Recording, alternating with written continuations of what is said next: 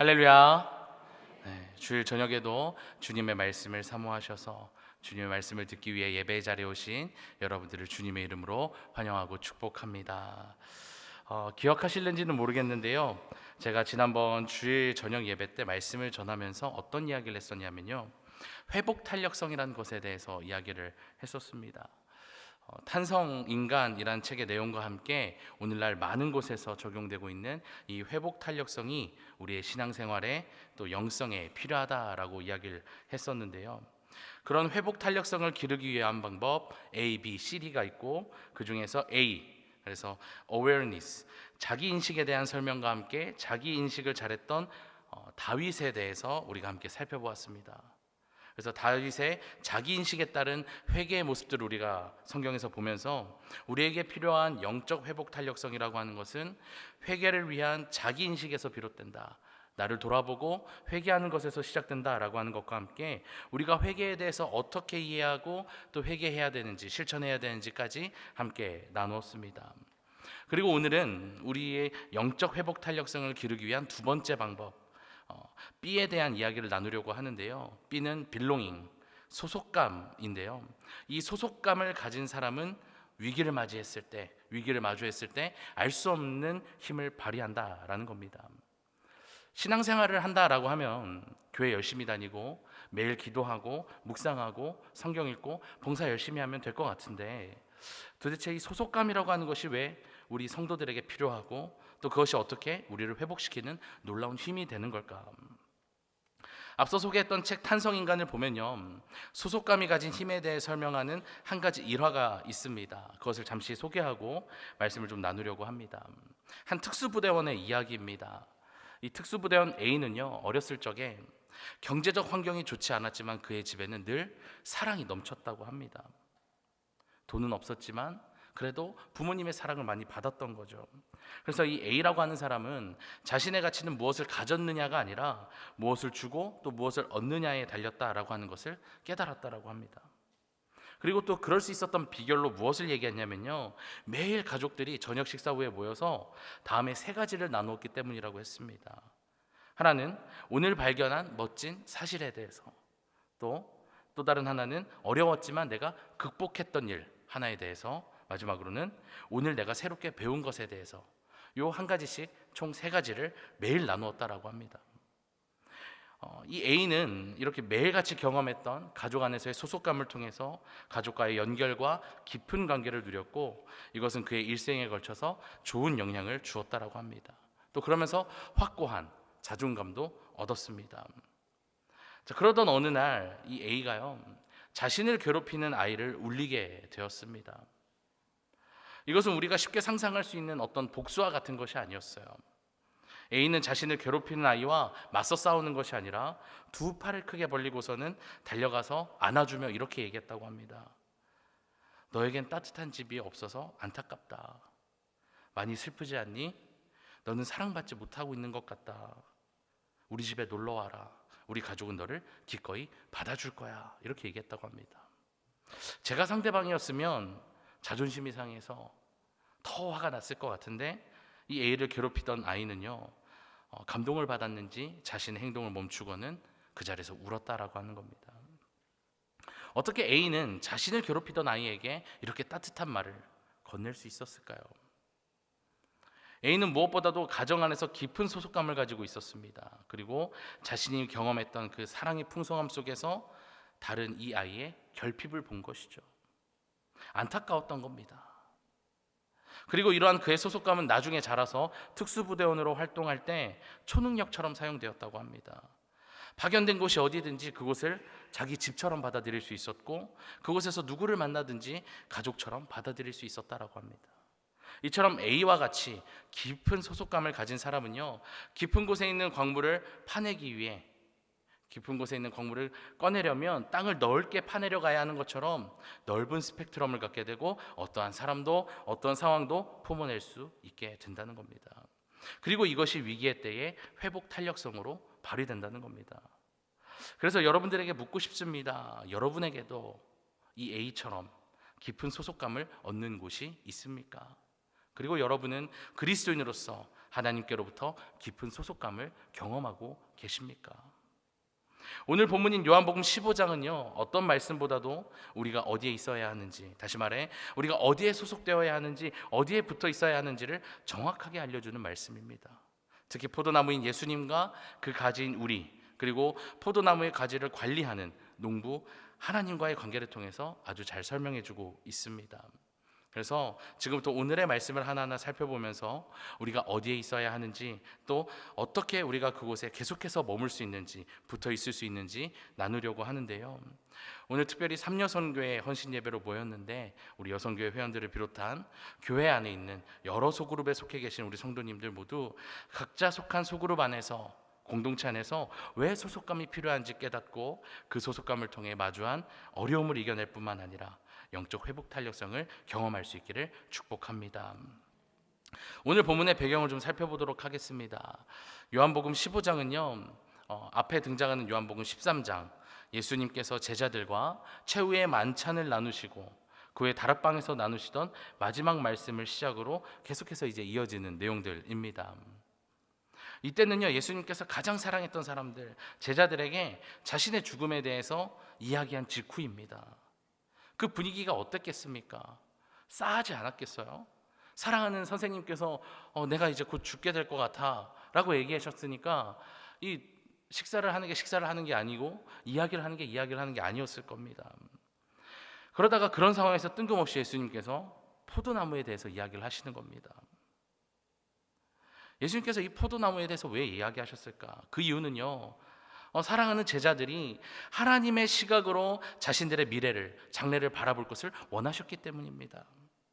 예수님께서는 이제 자신이 곧 떠나서 이제 없더라도 그들이 어디에 있어야 되는지 다시금 그들의 정체성과 소속감을 알려주고자 하셨던 겁니다. 또 앞으로 모든 세대의 제자들까지, 제자의 제자들까지 어떻게 풍성한 삶을 살아야 하는지를 정확히 알고 그 일을 하나님께서 어떻게 이루시는지를 이야기를 바라셨기 때문에 포도나무에 대한 이야기를 하셨던 겁니다. 그러기 위해서는 제자들이 가지고 있던 그동안의 생각을 이제 지워야 될 만큼 특별한 때와 특별한 장소가 필요했는데, 예수님과의 마지막 만찬이란 이 시간과 장소는 예수님의 이 새로운 가르침을 새기기에, 가르치기에 오히려 적합했다라고 하는 거죠. 그러니까 오늘 본문인 포도나무의 비유는 예수님께서 어떤 충동적으로 하셨던 말씀이 아니라 당신의 제자이자 자녀였던 이들을 육체적으로, 정서적으로, 영적으로 성장하게 하시려고 하는 놀라운 계획이었다라고 하는 겁니다. 그렇다면 예수님께서는 어떻게 포도나무인 당신과 또 아버지 되신 하나님, 그리고 그 나무에 붙어있는 가지인 우리와의 그 관계 속에서 어떻게 소속감을 설명하려고 하셨을까? 메시지 성경으로 오늘의 본문을 다시 읽고 말씀을 하나하나 함께 살펴보도록 하겠습니다. 우리 요한복음 15장 1절과 2절 말씀을 메시지 성경으로 우리 화면을 참조하셔서 우리 함께 읽어보도록 하겠습니다. 시작. 나는 참 포도나무요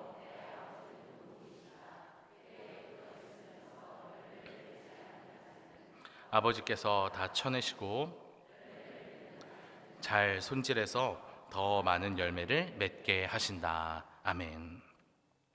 여러분께서는 이 말씀을 어떻게 이해하고 계십니까? 아마 대부분 예수님께 붙어 있어야 된다, 그래야 풍성한 열매를 우리가 맺을 수가 있다라고 이해하고 계실 겁니다. 맞습니다. 그 이야기예요.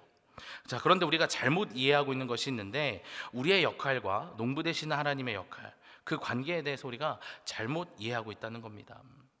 우리는 가지로서 포도나무 되시는 그 예수님께 붙어있기 위해 끊임없이 노력해야 하고, 만약에 그러지 못하면 농부 되시는 하나님께서 화가 나셔서 그 가지를 잘라버리신다라고 이해한다는 거예요.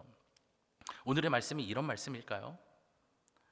올바른 이해를 위해서 먼저 우리 그리스도인을 상징하고 있는 가지에 대해서 먼저 좀 살펴보려고 합니다. 포도나무의 가지는요, 열매가 달리는 부분입니다. 농부의 시선과 농부의 노력이 가장 집중되는 곳이 가지죠. 농부는 가지에 공기가 잘 통하고 최대한 햇빛이 잘 받을 수 있도록, 일조량을 받아들일 수 있도록 손질을 잘할 수 있는 상태가 되도록 가지를 울타리에 묶어주거나 아니면 막대기로 받쳐주기도 합니다. 농부가 이렇게 하는 이유는 딱 하나입니다. 열매를 맺기 위해서, 풍성히 거두기 위해서 이렇게 하는 거죠. 그리고 또 가지의 역할이 바로 이것 아니겠습니까? 가지의 가장 큰 목적이자 역할은 열매를 맺는 겁니다. 농부가 수확할 수 있도록 그 결과물을 만들어내는 거예요. 회복 탄력성이 높은 사람들은 한 가지의 공통점을 가지고 있다라고 합니다. 바로 뚜렷한 목적의식인데요. 내가 직면하는 위기나 변화 또는 그 요구가 무엇이든지 내 목적에 잘 속해 있고 그것을 이해하고 있으면 어떠한 변화를 겪더라도 더 쉽게 그 균형을 유지한다는 거예요. 그렇다면 우리가 잘 이해하고 있어야 할 그리스도인의 목적은 무엇인가? 앞서 이야기한 말씀대로라면 열매를 맺는 거죠. 우리 가지의 역할이 바로 그겁니다. 그렇다면 우리가 해야 할 일, 본문에서 이야기하는 열매는 과연 무엇일까? 디도서 3장 14절 말씀을 제가 읽어드리겠습니다. 또 우리 사람들로 열매 없는 자가 되지 않게 하기 위하여 필요한 것을 예비하는 좋은 일에 힘쓰기를 배우게 하라. 자, 이것은 단순히 복음을 전하는 어떤 전도의 열매만을 이야기하지 않습니다. 실제로 당시 농사를 지었던 사람들은요, 이 말씀을 내가 수고한 일에 대한 보상, 농사를 많이 지었으니까 어떤 추수의 결과로 이해했을 겁니다. 자, 그런데 우리가 시편 1편 말씀을 보면 악인과 죄인을 비교하는 것을 볼 수가 있는데, 그 중에서 3절과 4절 말씀을 보면 우리의 열매가 어떠한 것인지를 조금 더 구체적으로 찾아볼 수가 있습니다.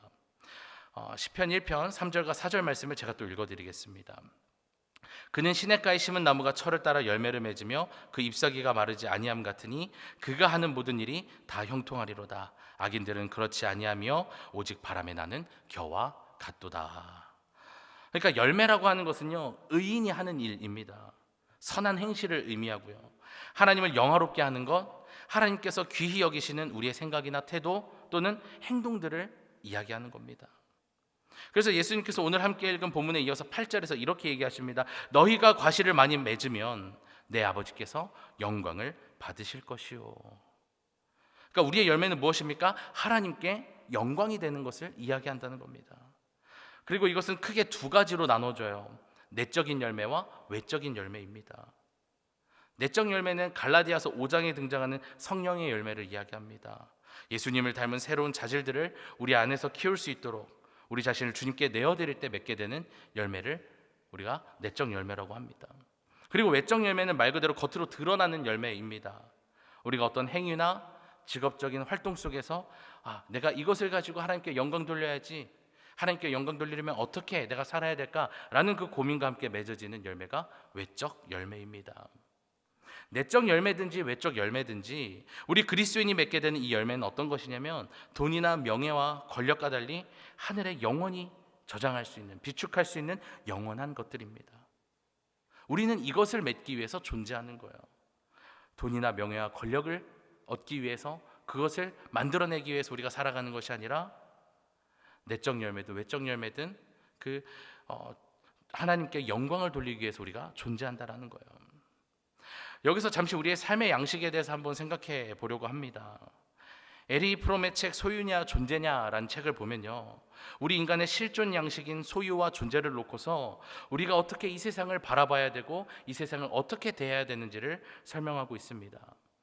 그래서 책 서문에 보면 이런 내용이 있습니다.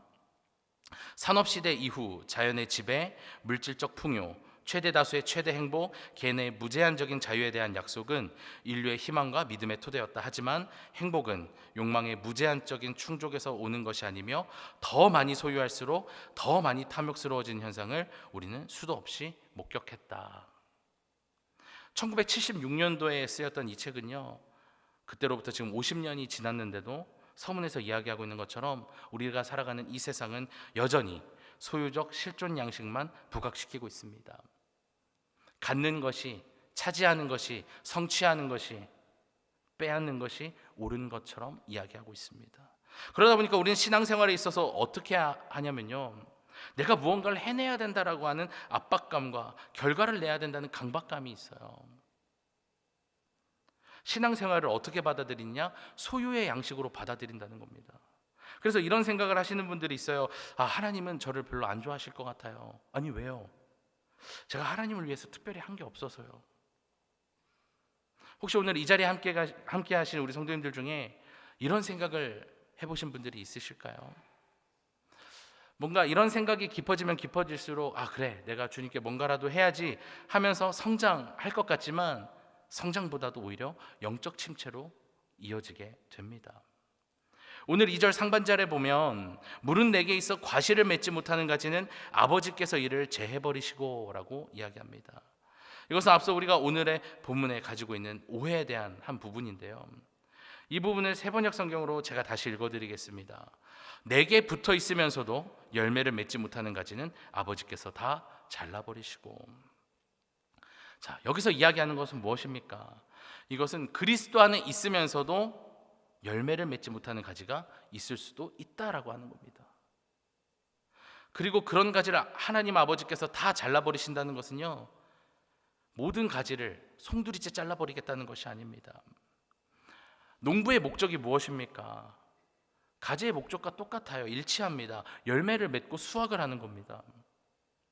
2절 하반절에 보면 열매를 맺는 가지는 더 많은 열매를 맺게 하시려고 손질하신다. 이 말씀처럼 아버지께서 열매를 맺지 못하는 가지를 자르는 건 역시 풍성한 열매를 맺기 위해서 한다라고 하는 거예요. 그러니까 갖다 버리기 위해서 하는 것이 아니라고 하는 거죠. 우리는 이것을 오늘 본문에 기록된 제거하다라고 번역되고 있는 헬라어 아이로의 또 다른 뜻에서 그 힌트를 얻을 수가 있습니다.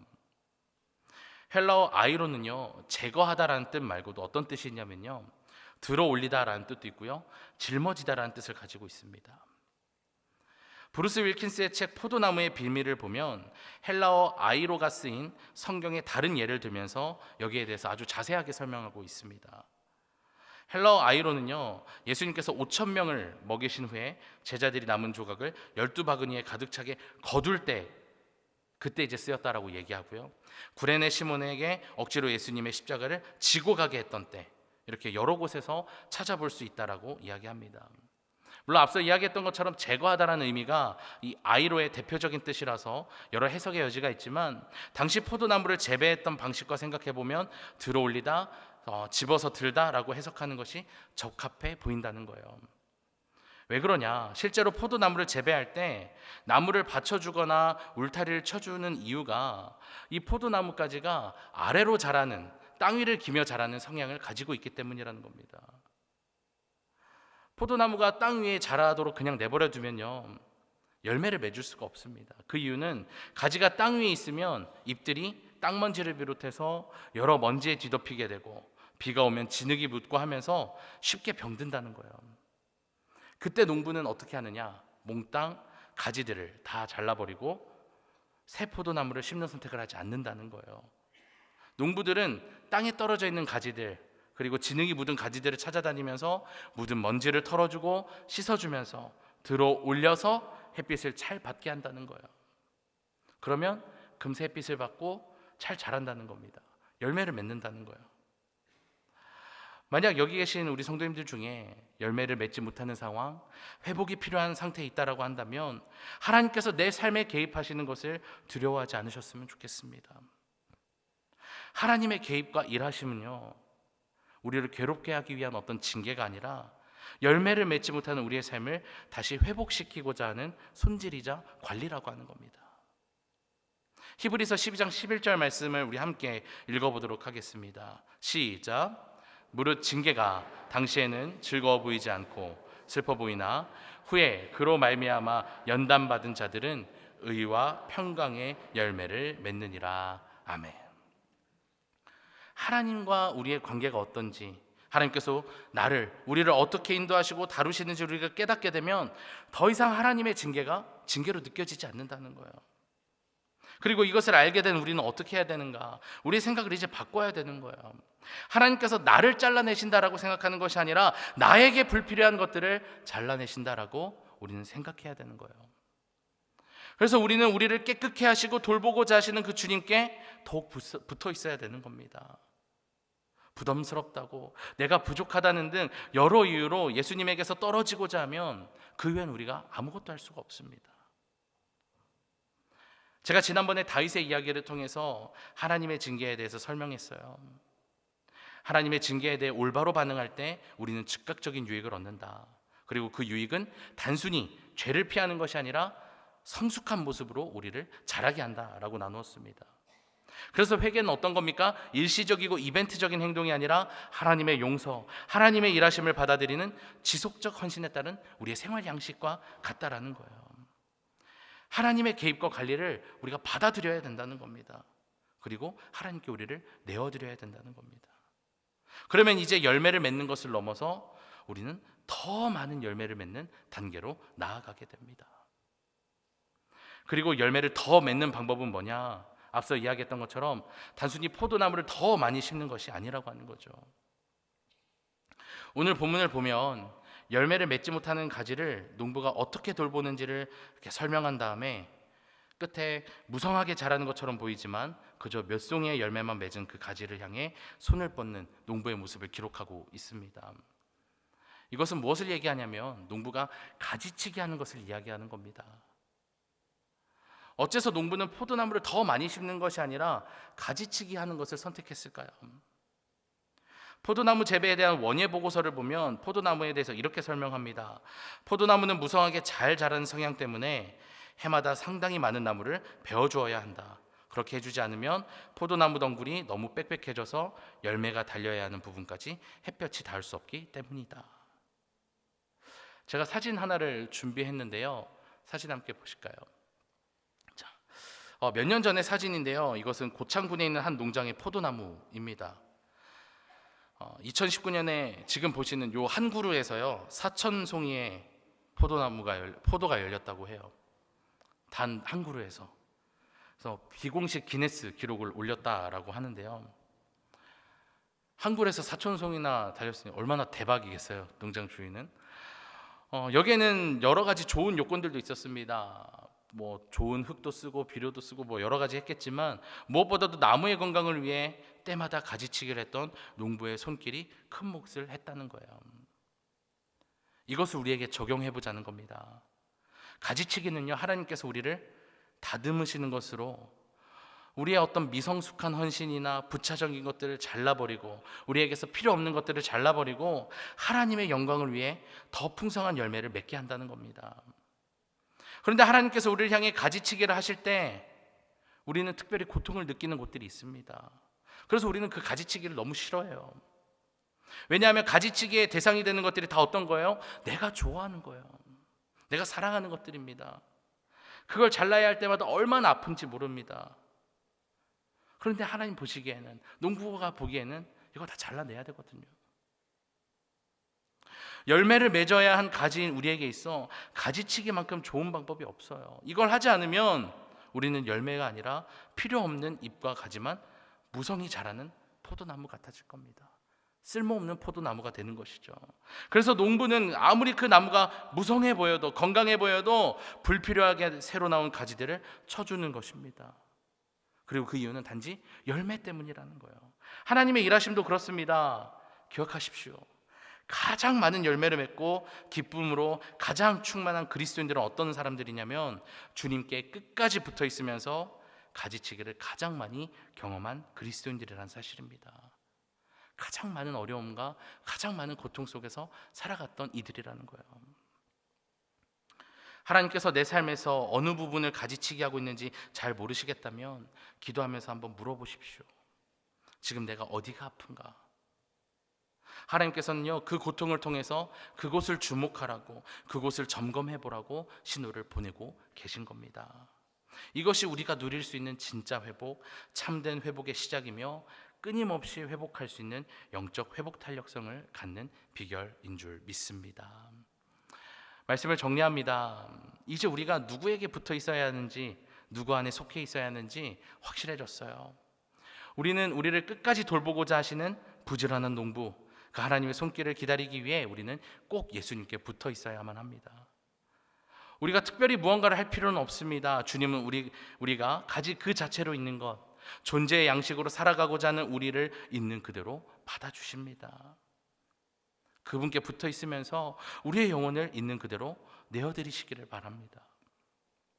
그때 주님께서는 부지런한 농부와 같이 가지가 땅에 떨어져 진흙이 묻었든 먼지가 묻었든 그것과 상관없이 나무에 붙어만 있으면 그것을 들어서 깨끗하게 씻기시고 햇빛을 잘 받도록 조치해 조치하듯이 우리를 도와주시고 이끌어 주실 것입니다.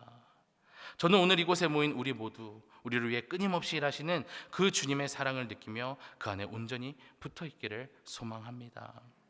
그리고 이렇게 갖게 된 강한 소속감, 주님과의 깊은 관계는 때때로 찾아오는 삶의 어려움 앞에서 회복 탄력성을 발휘하게 하는 큰 힘이 되어준다는 겁니다.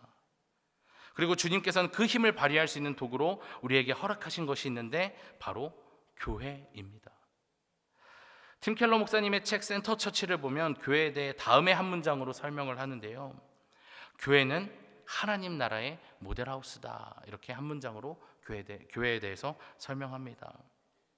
우리는 교회에서 뭘 하는 거냐면요, 하나님 나라를 미리 살아보는 겁니다. 미리 경험해 볼 수 있는 거예요. 그리고 추후에 하나님의 때가 되면 우리는 그곳에 가게 되는 겁니다. 오늘 우리가 삼려성교회 헌신 예배로 모였습니다. 하나님 나라의 모델 하우스인 교회 안에는요, 여러 방들이 있어요.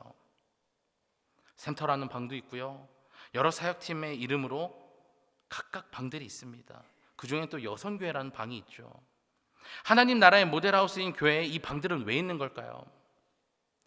우리 교회는 수많은 소그룹 공동체가 있습니다. 특별히 또 비전 2030 프로젝트로 500 소그룹을 준비하고 있어요. 우리가 이것을 하는 이유는요, 많은 소그룹을 세워서 더 많은 수고와 더 많은 헌신, 더 넓은 곳을 향해 나아가고 선한 영향력을 끼치기 위함도 있지만 가장 중요한 것은 무엇이냐면 하나님과 더 붙어있기 위함이라는 사실입니다. 여선교회는 또래를 중심으로 함께 모여서 서로 선한 관계를 맺고 좋은 관계를 맺고 여러 사역을 감당하면서 나무가 되시는 예수님께 잘 달라붙어 있으라고 모인다라고 하는 거죠.